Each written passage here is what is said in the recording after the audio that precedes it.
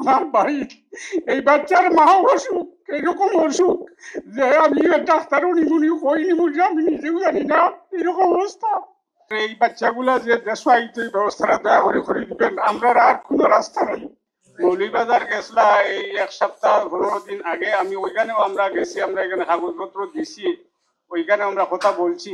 তা আমি এখন বেশ সময় নষ্ট করবো না, আমি একমাত্র ওটাও বলতে চাই যে আমরা পররাষ্ট্রমন্ত্রী কাছে গেছি, স্বরাষ্ট্র মন্ত্রণালয়, মুক্তিযোদ্ধা মন্ত্রণালয়, কত মন্ত্রণালয়ে গিয়ে আমরা দিনের পর দিন সময় কাটাইছি, কিন্তু তারা আমাদেরকে বলছেন হ্যাঁ আজকের থেকে আজকের তোমাদের কাজ এগুলা চলমান থাকবে আর আমরা এটা একটা ব্যবস্থা নিব, এইরকম করিয়া আমরা আশ্বাস দিয়েছেন, কিন্তু কাজের কাজ কিচ্ছু হইছে না।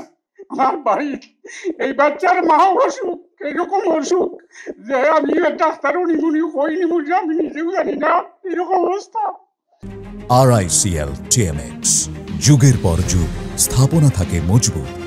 দয়া করি আপনারা যখন আপনারা করছেন আর আপনার তোর দৃষ্টি আকর্ষণ করে ও জিনিসটা যে প্রধান উপদেষ্টা আরে আপনারা যেরকম ফারণ গিয়ে করিয়া আমরা এই বাচ্চাগুলা যে দেশ আইতে এই ব্যবস্থাটা দয়া করে দিবেন, আমরা আর কোনো রাস্তা নাই।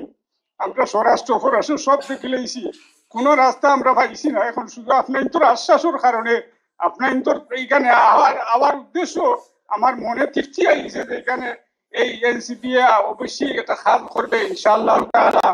আর আমি আশা দিও করছি, আর আমি এখনো জোড়াতে অনুরোধ করবো এখানে সবু যে আমরা ভাই বাদিরা এই দুঃখ কষ্টের মাঝে আছে, 3 মাস 4 মাস পর্যন্ত কোনো টেলিফোন প্রথমে আমরা পাইছি না। আমার ছেলেরে গ্রেফতার করছে নভেম্বরের 13 তারিখ গ্রেফতার করছে, তারে ফোন দিছে প্রথমে যে সিআইডি অফিসে যাওয়ার জন্য, তো 2-3 দিন একটু করছে, পরে কইছে যদি তোরে ধরতে পারি তাহলে অসুবিধা হইব। এরপরে আমার ছেলে 13 তারিখ ওইখানে গেছে, যাওয়ার পরে আটকাইছে।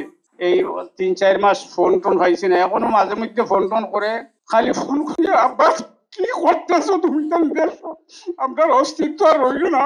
18-19 বছরের বাচ্চা আমার পিছনে আজকে 1 বছর জেলে, কিন্তু আর বাড়ির তো অবস্থা আমাদের খুব অবস্থা খারাপ। দয়া করি আমি জোড়াত করি বারবার আপনি কইয়ার আপনার দুঃখ যখন আপনারা বুঝছেন শুনছেন, দয়া করি আমাদেরকে এই বিপদটা জেলা উদ্ধারের আগে আল্লাহ আপনাকে উসিলাটা করবা আর প্রধান উপদেষ্টার দৃষ্টিকে আকর্ষণ করিয়া যাতে আমরা এই বাচ্চাগুলি এখান থেকে আমরা আনতাম পারি আর এই বিপদ থেকে আমরা উদ্ধার হইতাম পারি। দয়া করি আমরা এই উপকার করবা।